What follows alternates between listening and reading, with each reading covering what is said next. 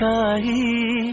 चुकले तर नाही अनकाहूर उठते अंतरात कधी तू हळवी हळदीच्या पावलात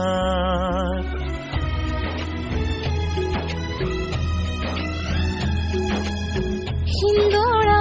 भाळावर जाता क्षणभर ही भोवळ कसली येते हाती दे हात तुझा ग आता जोडूया जन्मभराचे नाते चल चालू सप्तपदी सोडून या शंका सारी आणि मी सर्व सुखे भरभरून या संसारी अधीर जराशी का उरी